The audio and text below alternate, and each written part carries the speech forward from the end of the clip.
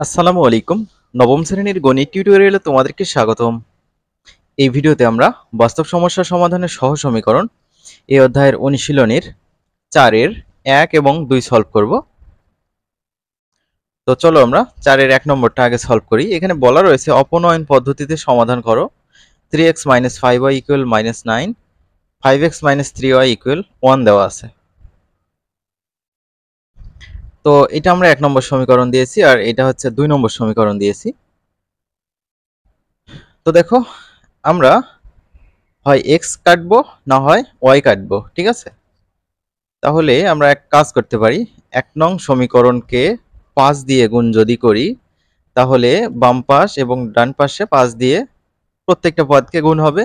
আর 2 নম্বর সমীকরণকে যদি আমরা 3 দিয়ে গুণ করি তাহলে সমানের বাম পাশে এবং ডান পাশে প্রত্যেকটা পদের সাথে 3 গুণ হবে। তাহলে কিন্তু দেখো এখানে 1 নং সমীকরণকে 5 দিয়ে গুণ করলে 3 × 5 = 15x হবে। আর 2 নং সমীকরণকে 3 দিয়ে গুণ করলে এখানে প্রথম পদ 3 × 5 = 15x হবে। তাহলে আমি গুণ করার পর যদি 1 নম্বর এবং 2 নম্বর সমীকরণ বিয়োগ করি তাহলে কিন্তু একটা 15x আর একটা -15x কেটে যাবে। তাহলে আমরা y এর মানটা পেয়ে যাচ্ছি। আর y এর মানটাই পেয়ে গেলে আমরা যে কোনো একটা সমীকরণে y এর মান বসিয়ে দিয়ে x এর মান পেয়ে যাব। তো আমরা লিখেছি দেখো 1 নং সমীকরণ গুণ 5, তারপর বিয়োগ করব 2 নং সমীকরণকে 3 দিয়ে গুণ করার পর।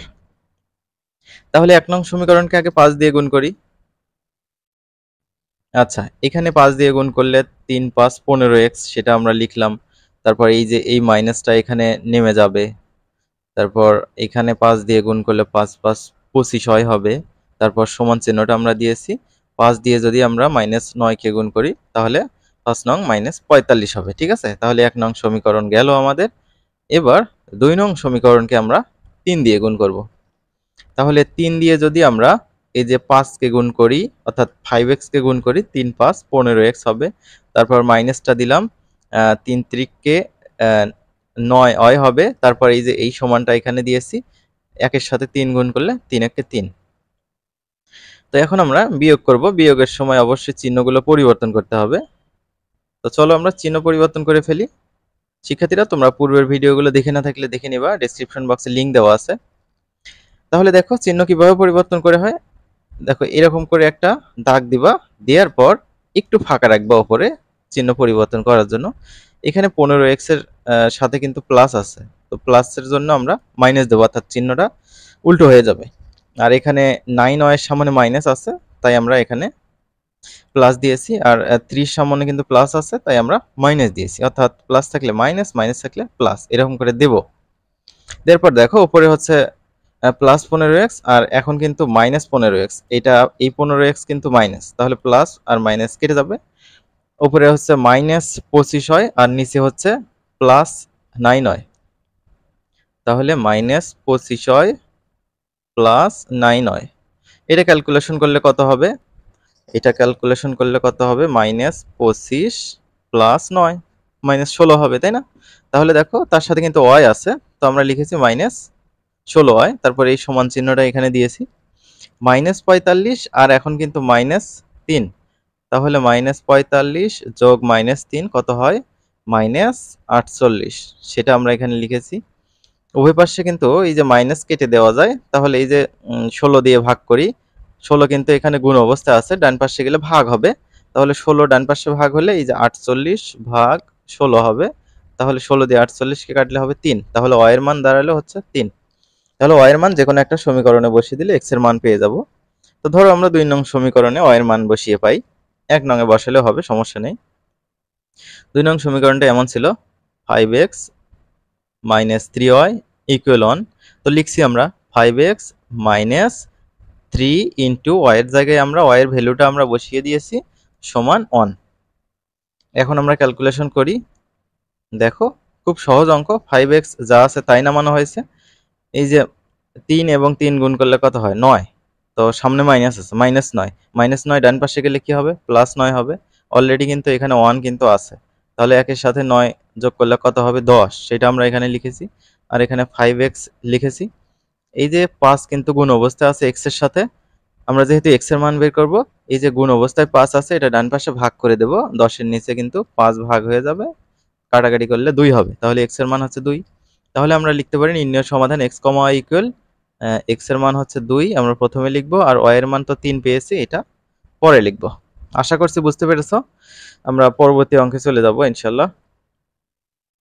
তো শিক্ষার্থীরা, চ্যানেলটি সাবস্ক্রাইব করা না থাকলে তোমরা চ্যানেলটি সাবস্ক্রাইব করে রাখবে, যাতে পরবর্তী ভিডিওগুলো পেয়ে যাও। 2 নম্বর এটা দেখো। তো এখানে একটু কাজ করে নিয়ে 1 নম্বর সমীকরণ দেব, এখানেও একটু কাজ করে নিয়ে 2 নম্বর সমীকরণ দেব। কোনো সমস্যা নাই, অঙ্ক একটু প্র্যাকটিসের বিষয়, তোমরা নিয়মিত বাসায় প্র্যাকটিস করবা, তাহলে ক্লিয়ার হয়ে যাবে। তাহলে দেখো, আমরা এই যে x plus y divided y plus 1 equal 4/5, এটা কিন্তু প্রথমে ছিল, এটা আমরা লিখে নিলাম। আমরা আর আর গুণ করব বা কোনাকুনি গুণ করব। এই কোণার সাথে এই কোণা গুণ, এই কোণার সাথে এই কোণা গুণ করব। এই 5 এর সাথে x প্লাস 1 গুণ করব, 5 এর সাথে x গুণ করলে 5x, 5 এর সাথে 1 গুণ করলে 5 একে 5। তো একটা কোণা গুণ করে সমানের এক পাশে রাখলাম।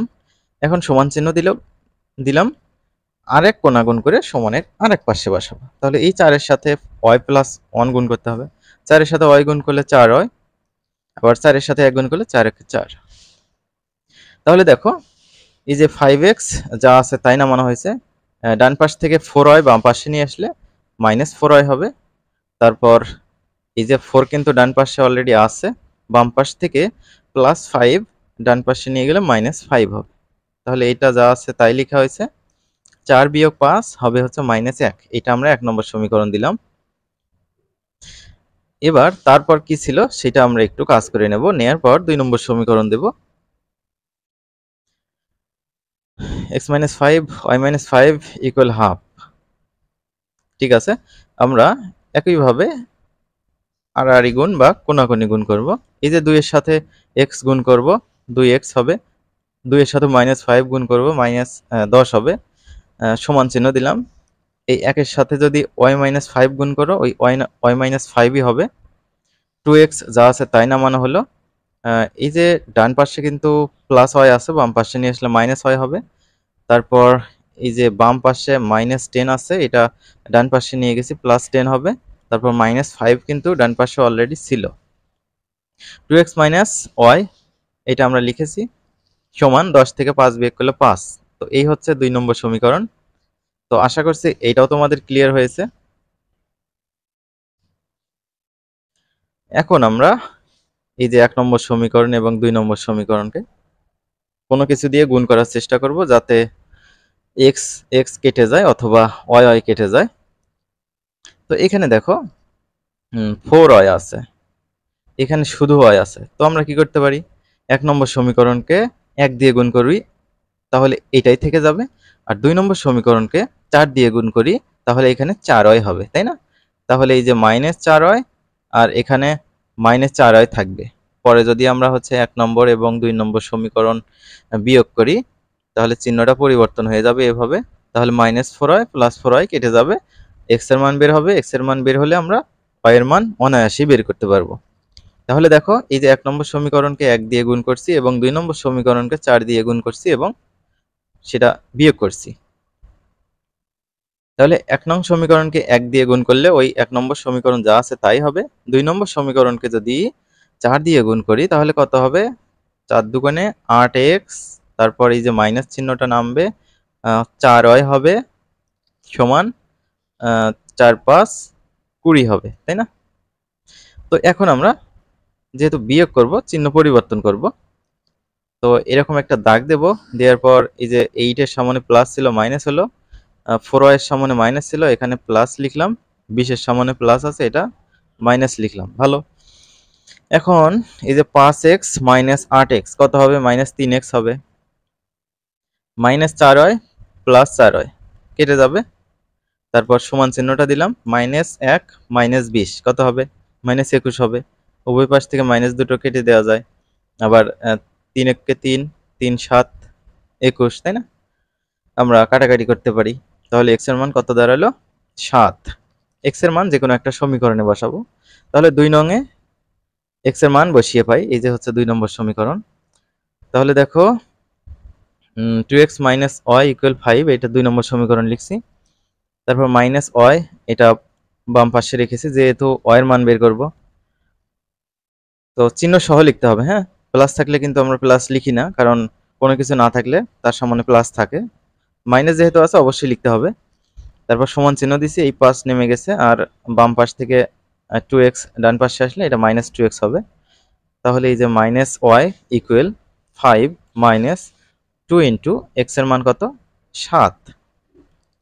তাহলে মাইনাস ওয়াই 5 মাইনাস 7 দুগুণে 14, 5 বিয়োগ 14 কত হয়, মাইনাস 9। উভয় পাশ থেকে মাইনাস কেটে দিয়ে ওয়াই এর মান আমরা 9 পেয়ে গেলাম। তাহলে নির্ণয় সমাধান এক্স কমা ওয়াই ইকুয়াল 7,9। তো আমরা পরবর্তী ভিডিওতে এই যে 3 এবং 4 নম্বর অঙ্ক নিয়ে আলোচনা করব ইনশাল্লাহ। তো সেক্ষেত্রে ভালো থাকবে, পরবর্তী ভিডিওতে দেখা হবে। আল্লাহ হাফেজ।